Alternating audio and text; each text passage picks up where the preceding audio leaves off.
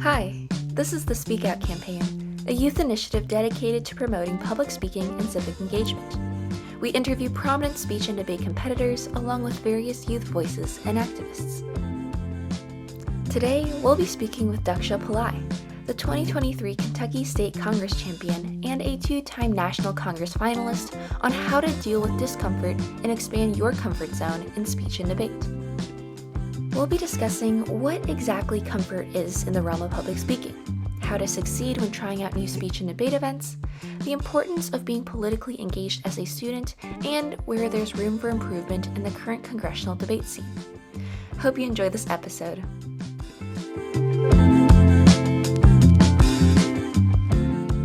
All right, well, hi, Daksha. Welcome to the podcast.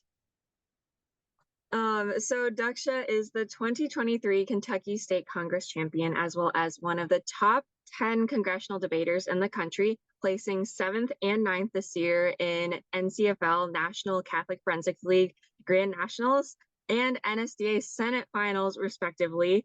In addition to Congress, she has also competed at the state level in extemporaneous speaking and public forum, as well as mentored novice debaters on her team at Paul Laurence Dunbar High School. Outside of speech and debate, she volunteers extensively at her former middle school, has a thriving essay editing business, and is the 2023 Distinguished Young Woman of Fayette County. This fall, she will be attending Columbia University, where she plans to major in human rights. So, wow, very accomplished and very well-deserved, might I add. So first off, welcome. How are you doing today? Hi, Ariel. I'm doing good. I'm a little tired since I just worked a closing shift at my job yesterday, but you got to keep grinding. So, Well, literally, it doesn't stop, never stops. never stops. So first, can you just give me like an overview of your public speaking journey? Just anything you've done related to that, whether it's speech or something else. Sure, I'd love to. So, my public speaking journey started in high school. I know it's a lot more common these days for people to start as early as middle school, but I honestly didn't even know what speech and debate was until I got to high school. So, I joined Dunbar speech and debate team my freshman year. I spent my first 2 years in PF. My freshman year, me and my partner Emily, who were novice PF co-champions at state. So that was pretty fun. And I did PF my sophomore year as well, but with COVID, it was a little bit hectic. And then after that, I switched to Congress, and I've been doing that for the last 2 years, picking up extemporaneous speaking my senior year. Okay, awesome. It looks like you've already done like so much, even though you might not have like started as soon as some students. And I feel like time is always something that's like tough to manage in speech, especially if you're trying to find new events. So I'm really happy that you had the opportunity to do that. So can you tell me what comfort and discomfort mean to you? Sure. I think that comfort really just means any kind of place or person or event where you have control. And I feel like there are two different types of comfort and discomfort. There's like internal, where it's like, that's the kind of comfort we think about when we think about getting out of your comfort zone. It's something that it might be initially uncomfortable once you do it, but once you kind of start working at it, you can kind of assert your own control, and then that's where you get the comfort from. But I also think there are things such as external locuses of control, if you get what I mean. And when it comes to comfort, I think those are those cases where there's systemic inequalities. Like, for example, some schools are bigger than others, some schools have more resources, some schools are just petty about that too. And so then those are the kinds of comfort where you working hard isn't just going to be enough to erase that. You can't erase that discomfort that way. Yeah, I totally agree with that. And I think that's part of how hard it is sometimes in speech and debate to even compete at different levels, especially once you get to like these national tournaments where people are coming from completely different backgrounds and different resources. So I love how you have that sentiment. So why exactly did you decide to start doing Congress instead of continuing with those events that you were already comfortable with? Yeah, so Congress was definitely a change because I started out as like a public forum girl, and that's what I was for 2 years. But first of all, I think I was a bit unhappy in public forum since I was kind of getting burnt out. And because I hadn't built up any extemporaneous speaking skills yet while I was first speaker, certain things like summary were really hard for me since I wasn't good at speaking like extemporaneously. So overall, coupled with COVID as well, I was just feeling really burnt out from PF, and so was my partner, Emily. And then over the summer, I did like a Congress workshop somewhere. And then I really enjoyed that, honestly. And I thought that maybe I could do Congress, though what's interesting is this was at the same time where I was taking on a lot of new activities and I was feeling burnt out in general. So I was actually thinking of quitting speech and debate. So it was kind of like, I'm either gonna do Congress or I'm gonna quit speech and debate. It was a very like all or nothing kind of thing, but that's kind of how I roll. So I ended up going to my first Congress tournament. I was like, it was online, and I was like, okay, I'll just see how it is. If I don't like it, I'm quitting speech and debate. I'm telling Coach Nay right now, like tomorrow, even if she's scary. And so I went, and honestly, I loved Congress. Even online, there was a kind of like energy and like life to it that I personally didn't find in my PF rounds. I know that there's a lot of PF queens out there who can definitely find that in their own, but for me personally, like Congress was like an instant like falling in love. And I think that really gave me the courage to do something that was unknown, because even though it was a little bit uncomfortable being in a space where I didn't know all of the rules and I was already like a junior, I always thought to myself, is it too late for me to switch? But I did, and I picked it up quicker than I thought. And so I think that really gave me the courage to do something, even if it was initially uncomfortable. I see. Yeah, and major kudos to you for like switching in the middle of COVID. Like online debate, I feel My is God. so hard to like adapt to, especially since you already had that experience in person already. Um, Oh, so what are your thoughts on like online versus in-person debates? Because I feel like even though we're kind of moving away from those pandemic restrictions, there are still a lot of like online tournaments. Do you think those are more accessible, or do they kind of also take away from like the spirit of in-person debate? I think both is the answer, really. They are more accessible, and I don't really want to discredit them completely, since I know for maybe a lot of debaters who have disabilities, who live in really far away communities or outside of the United States, online debates might be the main way that they debate. So it's a perfectly valid form of debating. I don't want to imply that in person is always superior, because once you've walked 5 hours in heels, you start to question that statement a lot. But I would say overall, I always prefer in-person debate, because for me, debate isn't just the physical, like kind of in like debate round itself, if you get what I mean. It's also about the interactions you have outside of it with your competitors, with your teammates, like going out to like eat like after your rounds, or like talking to like whoever you just debated with from the round before. It's all about those kind of interpersonal connections, and that's what always debate has meant to me, even outside of just the actual round itself. So I think when you go online, you definitely lose that quality, and because that's one of the most important parts of debate for me, I would definitely say I prefer in person.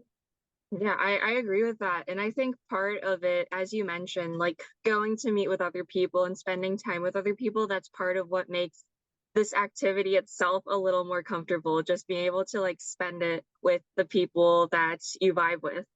Um, Exactly. so something that I personally admire about you is just how confident and outspoken you are. Did you ever have to step out of your comfort zone to get to that level of success, or was it something that just came naturally to you with Congress? Oh, you will not believe how many times I had to step out of my comfort zone, like every single freaking time. So I know that like now I kind of project like an air of like confidence, and that's what I try to do. But I have to step out of my comfort zone a lot. I think even more than stepping out of my comfort zone with like starting Congress, there were two main things that I had to step out of my comfort zone for. And the first was starting to do extemporaneous speaking, and the second was going on to the national circuit for Congress. And so I'd say with extemporaneous speaking, I can talk about that more later, but it was an event I picked up senior year. And if you're not familiar with it, which I'm pretty sure you are, but just for anybody who's listening, it's essentially an event where you get 30 minutes to research a topic that they hand to you right then. And then you have to give a 7 minute long speech. And you can have a note card to read off your sources, but that is it, like nothing else. So, and if you're really good, you don't use a card at all. So you're essentially going off like pure memory. And it's to this day one of like the scariest like events I've ever done. Like I was like terrified like before every single round. And so I think I definitely had to step out of my comfort zone to do that. But because of that and the skills I developed, I became a much better extemporaneous speaker. Since before that, I could really not say that like extemporaneous speaking was one of my strong suits. Whereas now I think it's a pretty like known like skill of mine. And there's a lot of confidence that comes from knowing that I can just walk into a room and give this long speech with hardly any preparation. And I can do it well and I can deliver it eloquently. And so I think I had to step out of my comfort zone to do that. And that made me a better debater. Yeah, my school, it's a public school in Kentucky. And while we definitely have an amazing speech and debate team, we're not the kind of school that goes to Harvard and Penn and like Cornell and like all these other tournaments. It was to the point that like when I first heard about like kids talking about this, like at Nats the first time I went, I was like, did they get accepted into all these colleges? Like, how are they playing on their debate teams? Like, I didn't even know that these colleges held tournaments. But I would say that going on the national circuit for me has been going to NSDA every year. And also this year I went to NCFL for the first time. And it's honestly really like scary. It's like the biggest step out of my comfort zone one of the biggest steps I've ever taken in my life. Because going on Nat circuit, I guess the best way to describe it is the first year that I went to Nat circuit, I was kind of shocked by how callous or mean-spirited some of my fellow competitors could be. And this year, I saw a lot of the same things, but now I wonder if it's an imitation of the politicians we're supposed to be, rather than a fluke on their own character, if that makes sense. I think that's something about national circuit. I met a lot of good people there. I met a lot of people who were amazing debaters, and a lot of people who were also good people as well. But I also saw a lot of people, a lot more than on my local circuit, who were perfectly okay with doing things that in any other context would be selfish or elitist. And they were perfectly okay with doing it because they knew that it would secure them around. And that was something that I did find a bit troubling, obviously. And so I think that with Nat circuit, it was a huge step out of my comfort zone, especially since the first year I did it, I was just completely overwhelmed, and I also did not take care of myself. So by the fourth day of NSDA, I was just straight up drinking apple juice, and that was it. So I think coming back this year was a really big step out of my comfort zone, to the point that I just kind of sit myself down and be like, do I really want to be like in this space again? But I honestly did, because I wanted to show that even if you don't come from like a private school in New Jersey or Massachusetts or California, you still deserve to be like in this space. And that's why I was the first person that Kentucky's had in Senate finals since 2001, which sounds really impressive, but I'm kind of like, since 2001, are you kidding me? Why has there not been another person from Kentucky since like 2022? Like Massachusetts has like 50 people in there like every year. So honestly, I think the Nat circuit, it's an experience that everybody should have, but the way that it's structured right now makes it an experience that everybody is not comfortable to have. And I think that's honestly more of the fault of the organization than necessarily the students. Because I know that NSDA like takes a lot of steps to like be diverse and be inclusive and stuff like that, but it doesn't really address the real root of the problem, where because of how hyper competitive speech and debate is, like contestants or like competitors are essentially incentivized to just be ruthless and look out for themselves, I would say. Gotcha. And I think it is interesting, and I like how you bring up that point, because you have these states that sometimes they have like way smaller populations, but sometimes they're way more represented. And it really does go to show just how different that states themselves are able to prepare their students, depending on how popular speech and debate is and what kind of resources they have at their availability. So along that note, with those, do you have any stories of like uncomfortable rounds? Because I've only done Congress one time before, but I've heard that, like, as you said, there are a lot of hidden politics when it comes to deciding who gets to be presiding officer or even on precedents during speeches. Oh my God, I have enough stories that could fill a barrel. I guess when it comes to like rounds themselves, I would say that it happens like both on like local and national circuits, though I've personally had a lot more uncomfortable rounds on national circuit. I would say like, I have to think of that.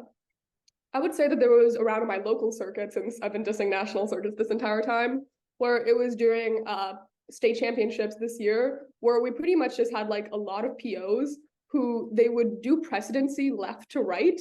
And conveniently, all of their school students would sit on the left right before the round was about to start. Who even knew?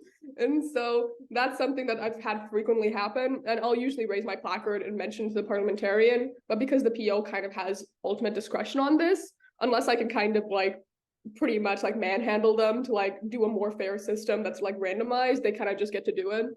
And so I'd say that's made for some uncomfortable rounds, not necessarily uncomfortable for me so much as just frustrating. But I'd say when it comes to really uncomfortable rounds, most of those have happened to me on Nat circuit, and they've included a lot of things. Like the most like I'd say egregious one was last year at NSDA House quarterfinals. So I was kind of shocked to be there because this is my first time at NSDA. This is my first year doing Congress. And I was like, I don't know what I'm doing here, but this is pretty cool. And so I just kind of walked in. I was already like scared, like speechless. And so I was kind of just like sitting there, like waiting for things to happen. And like on the dot, I noticed that the vibe was different. People are like very tense, like when it comes to like out rounds. And like you like kind of just like stop even like smiling at each other. You're just like, okay, let's kill these, let's kill them. And so that's the kind of vibe. And so I did ask at the beginning because the parliamentarian PO asked for like any trigger warnings because like NSDA was trying to do some more inclusive stuff like then. And so I asked for a trigger warning for like sexual assault or sexual harassment.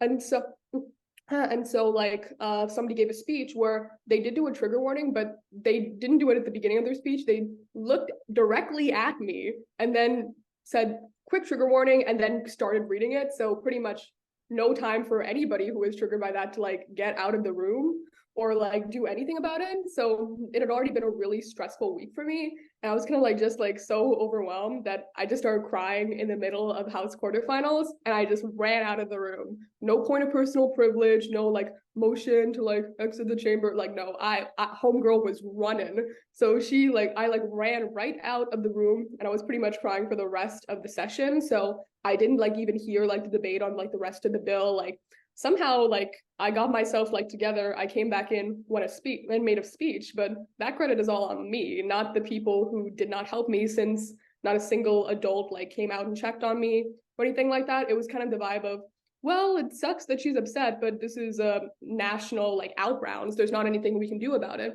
And people can say what they want about Kentucky, about how we're maybe not rigorous enough in Congress or whatever. But I would say that if this happened to me in a local circuit round, like people would have stopped. Like people would have come over and like checked on me. Like even if it was an out round, even if it was like a final round, like people would have stopped what they were doing because they would have prioritized people's feelings over the possibility of advancing another round. And that's not a behavior that's as common when it comes to those higher level circuits. I see. Yeah, I'm sorry that happened to you, but I mean, again, I applaud you for being so strong and like going back into that round and continuing to give a speech because it's hard sometimes, like when you're at those tournaments and it feels like you're just on your own.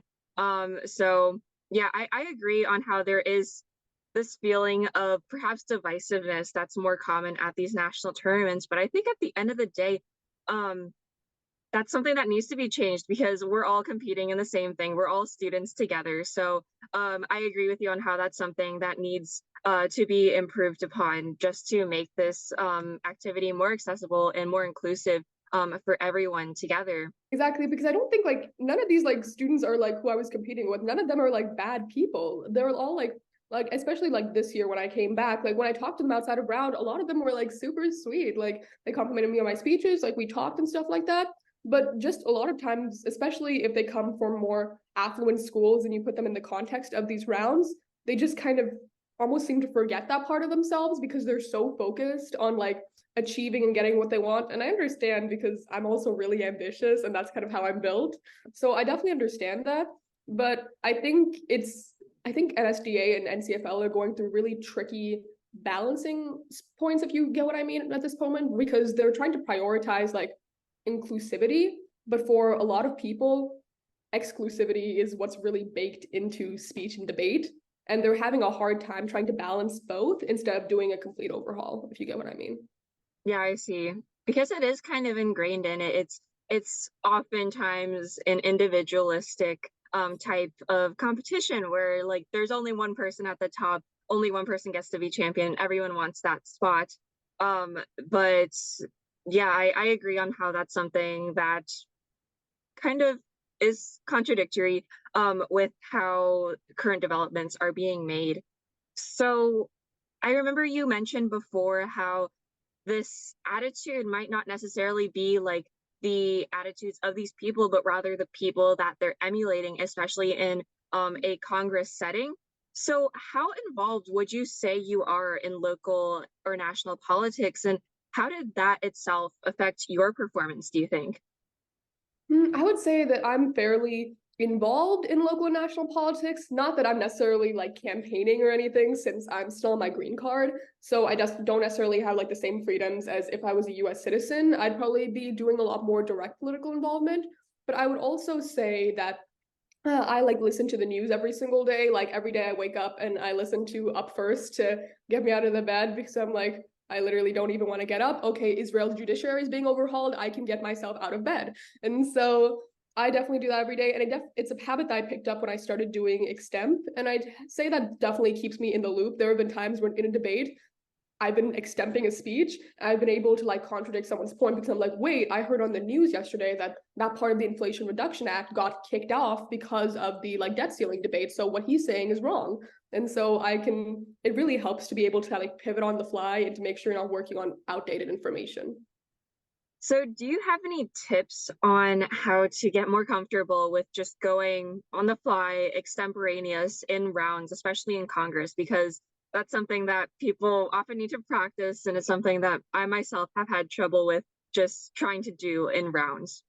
Yes, I love talking about this, because something that I always tell my Congress babies, or like the kids that I've been mentoring in Congress, I shouldn't call them babies, but what I always tell them is that you need to work on your extemp skills. And there are some pretty key ways to do it. I'd say the most like kind of prominent one is to just pick up an event where you're always extemping, such as extemporaneous speaking. Or honestly, there are other ways to practice. My friend Ayush, who was also the captain of the Congress team when I started doing it, he pretty much taught me everything I need to know about Congress. But my friend Ayush Tiberwal, he has this kind of technique that he showed me a lot, where he would give me a topic to like debate about, and then he would say that I had to write out all of my like notes and sources to myself on a piece of paper. And so I did that, and then he would tear the paper in half, which would make me scream. But then he was like, okay, now rewrite it on a smaller piece of paper, like this half of the paper. And so I did it, and then he tore it again, and then okay, now this half. And so I did that, and then it got to the point where like there was barely like a word on there, so I was pretty much just extemping, but I was kind of whittling down the amount of prep I needed. And I think that extemp also comes naturally to Congress people, because we procrastinate a lot. And so at least definitely on like the local circuit, it's like you kind of have to extemp, because when you have like 20 bills and you don't literally want to write a PF case on every single one of them, you kind of learn how to do like, I always do case, warrant, data, impact. And so case, sorry, I meant claim, warrant, data, impact. So claim, like what's the contention point I'm trying to say, then a warrant, how does that link back to the bill, and then the data behind it, so just a quick source, and then an impact. And people always forget the impact, but that's the most important part, because nobody, especially on national circuit, nobody cares if like this is gonna like cause climate change if we don't know how many cute baby seals are gonna die.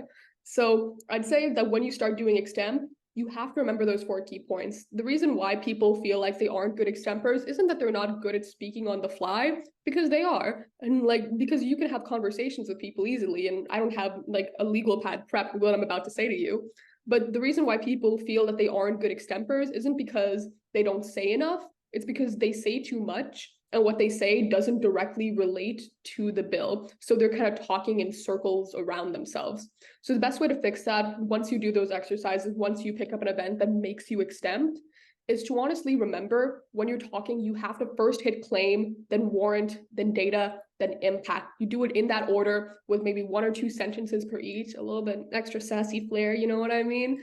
And then that's all you need to do, because a Congress speech is only 3 minutes long. You do not have that much time to be giving your whole life story, and your grandma's life story, and everybody at the cookout's life story. So once you kind of learn how to boil it down to the essentials, make it sound fun, make it sound flashy, that's when you become a good extemper, because you already are one. You just have to know what to say. I love that. I love how you said that last statement on how we already are one. But I feel like sometimes people just need to discover that side of themselves a little more. And I mean, that thing that you talked about with Ayush and the ruthless paper ripping, that's hilarious. Oh my God, that is definitely an Ayush thing to do. He was a very, very good mentor. Um, So on these topics of being relevant and trying to talk about current issues in debate, I know you said before that in Congress sometimes you'll pull some ideas that you heard on the news the day before, but how often exactly do you think you're able to touch on these important current issues, and do you think there is room for improvement there?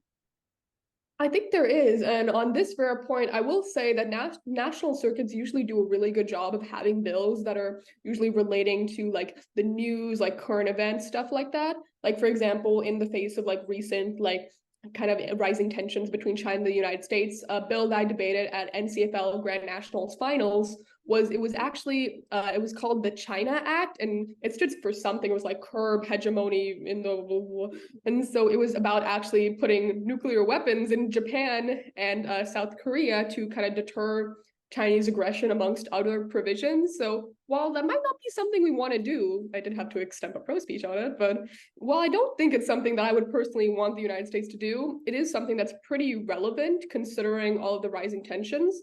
And we've had a lot of bills, especially nationals, about climate change, about not abortion, but about gun control, about all those kinds of issues.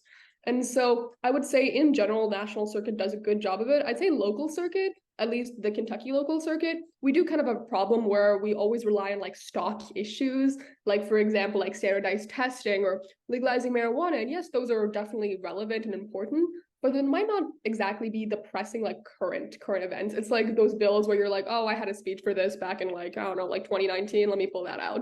And so I think local circuits can do a better job about making our bills relevant, and that way we can prepare our kids better for if they go to national circuits. Gotcha. And yeah, I think that is kind of common, especially with like local circuits having perhaps more stock arguments. And I think that sometimes takes away the fun because you're just pulling something that you've already done and it gets repetitive. Schools themselves have to work on it, but I for anyone listening, I do encourage you guys to think of more unique and Yes. pressing issues for We bills. stop sending the same bills to every single tournament. I don't want to call out a school, but maybe I'm doing it too much. So because you started Congress a little later in your speech and debate career, what is some advice you'd give to competitors who are just starting out in a new event, whether that's in Congress or any other one? Ooh, that's a good question. I'd say the best advice I could give is you are going to suck. You are going to suck really hard at first. You are going to sound like crap. You're going to think, what am I doing here? Because you sound awful. And part of it's in your own imagination. Part of it's not actually. Part of it is you are just bad. But you are just starting out in speech and debate events. And I would say speech and debate is an event with exponential growth, which I mean is like at the beginning, you're kind of just like going like this. And then at some point, you just start to take off.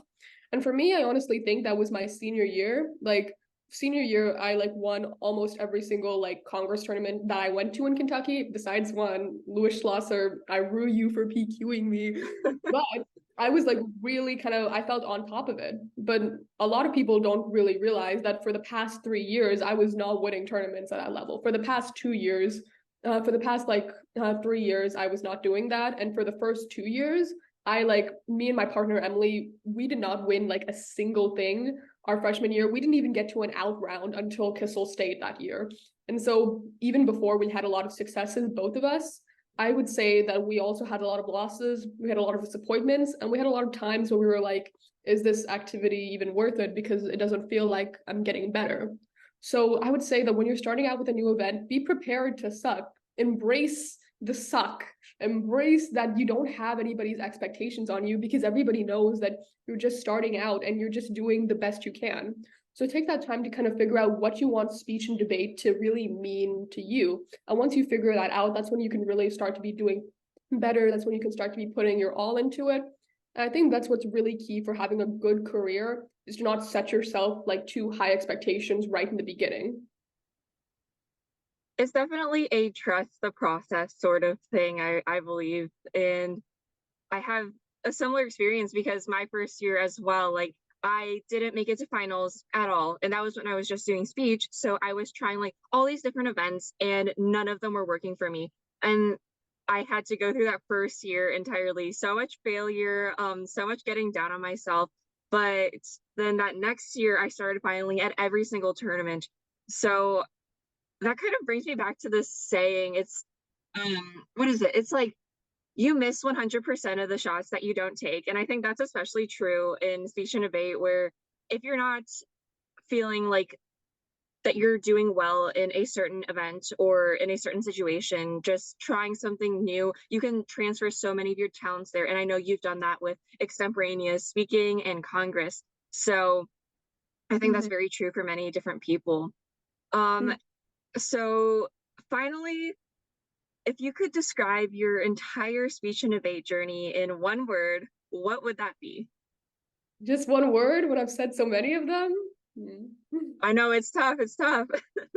Mhm. But if I had to describe my entire speech and debate career in one word, it would definitely be fearless. I think that I've had a lot of struggles throughout the season and throughout all the seasons before then. But I think that every time I've managed to overcome them, I've managed to come back into tournaments where last year I left crying and then like emerge as one of the best competitors there. I've managed to do a lot of things, but amongst them, I've also managed to mentor like novice debaters. I managed to make my mark on my team and also just contribute like to my community. And most of all, I managed to cultivate for myself a persona that over time has kind of become me. Because at the beginning, I was just pretending to be confident, and now I really feel like I am. So I would say that when it comes to speech and debate, I'm fearless, not because I never had any fears, but because I spent so long doing it. I've spent so long feeling afraid and feeling humiliated and feeling like I couldn't say what I wanted to say. And now I feel like I've dispelled all of those fears. And now I feel like I can always return to it because I'll always know that, in a way, I kind of conquered it, but in another more truthful way, it kind of became a part of me. And even though I've only been there for part of your speech and debate journey, I feel like fearless is such a beautiful way to describe you and your journey just because of how much I've seen you accomplish in such a short period of time. So I think that's an amazing note for us to wrap up on. Thank you so much for joining me today, Daksha. A big congratulations on everything that you've accomplished. I know you're going to do amazing at Columbia, and I can't wait to see what other new accomplishments that you'll have in the future. Thank you so much for having me, Ariel. You are an amazing LDer, an amazing speech and debate competitor in general. My whole team admires you. And so we really hope that you're going to keep doing it, keep achieving. You're going to be great, obviously. And so thank you so much for having me. It was a really nice way to kind of wrap up like the loose ends of like my high school speech and debate career. Thanks for listening to this episode. If you have any comments, questions, or emotional outbursts, feel free to follow the SpeakOut campaign on Instagram at speakout_speech and our website, speakoutspeech.org. See you in the next episode.